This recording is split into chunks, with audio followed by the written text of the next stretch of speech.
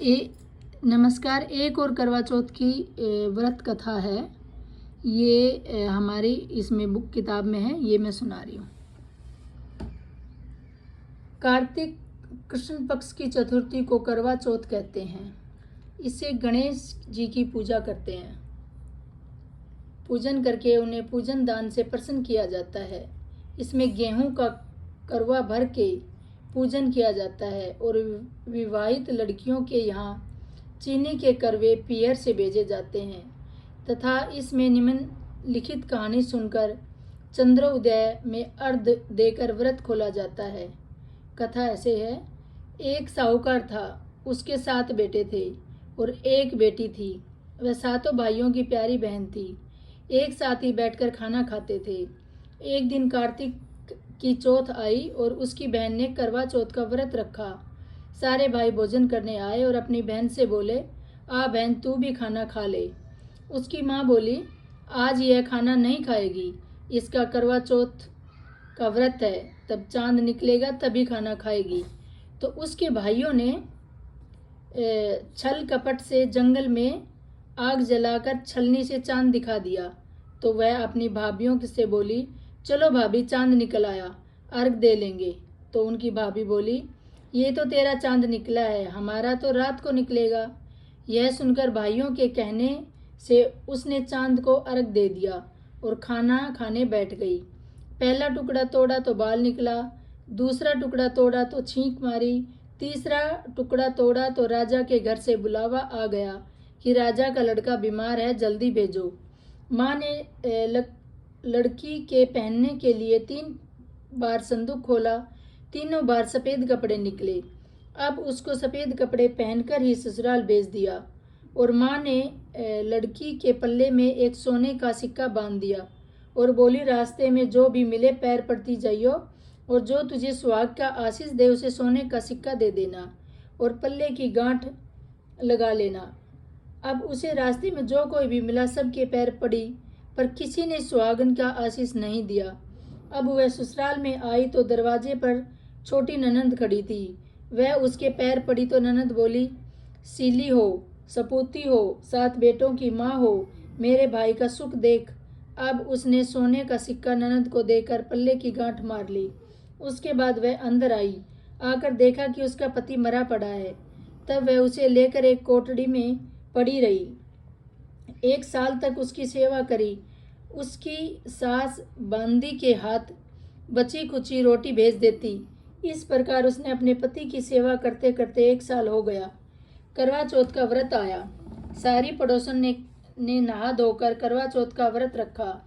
सब ने सिर धोकर हाथों में मेहंदी लगाई, चूड़ियाँ पहनी। वह सब देखती रही।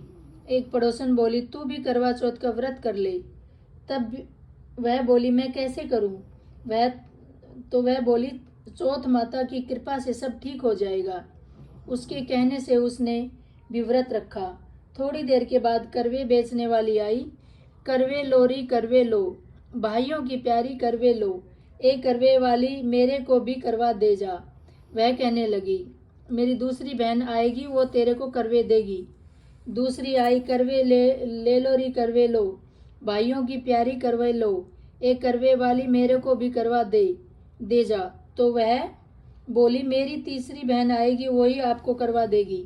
इस तरह 5 बहनें आकर चली गई, पर किसी ने भी करवा नहीं दिए। फिर छठी बहन आई और बोली, मेरी 7वीं बहन आएगी, वह तुझे करवा देगी, बस तू सारे रास्ते में कांटे बिखेर कर रख देना। जब वह खूब चिल्लाती हुई आएगी तो उसके पैर में कांटा चुभ जाएगा। पैर में कांटा चुभ जाएगा, तब तू सुई लेकर बैठ जाना और उसके पैर पकड़कर छोड़ना मत और उसके पैर का कांटा निकाल देना। तो वो तेरे को आशीर्वाद देगी। भाई जियो, साई जियो। जब वह तुझे आशीर्वाद देगी तो तुम उसके करवे मांग लेना, तब वह तुझे करवे देकर जाएगी। फिर तू उस मन करना जिसमें तेरा पति अच्छा हो जाएगा। अब उसने वैसा ही किया।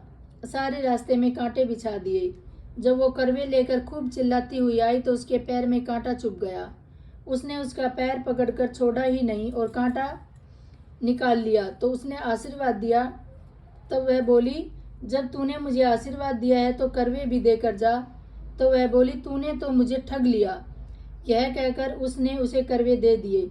अब करवे लेकर उसने उजमन की तैयारी की, व्रत रखा।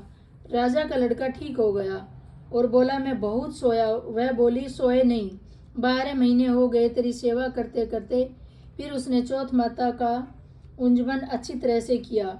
अब उसने चौथ माता की कहानी सुनी और उजमन किया। अब वे दोनों चौपड़ खेलने में लग गए। इतने में उनकी बांदी तेल का पल्ली और गुड़ की डली लेकर आ गई। दोनों को खेलता देख सासू ने जाकर बोली, महलों में खूब रौनक है, तेरी बहू चौपड़ सार खेल रही है। इतना सुनकर सासू देखने को आई। दोनों को देखकर बहुत खुश हो गई।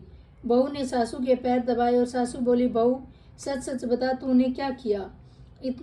उसने सारा हाल अपनी सासू माँ को बताया।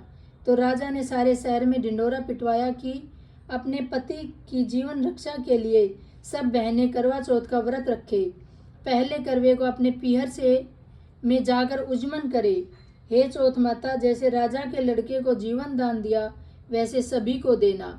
कहानी सुनते समय कटोरी में चावल ले, चांद को अर्घ देते समय ऐसा 7 बार बोले, चंद्राए वालिए, चंदा आया बार में, उठ सुहागन अर्घा दे, मैं बैठी थी बाट में। काहे को तेरा कंडला, काहे का तेरा हार, सोने का मेरा कंडला, जगमोहित का हार। कहाँ बसे तेरा पेवड़ा, कहाँ बसे ससुराल, आम तले मेरा पेवड़ा, नीम तले ससुराल। जय करवा चौथ माता की।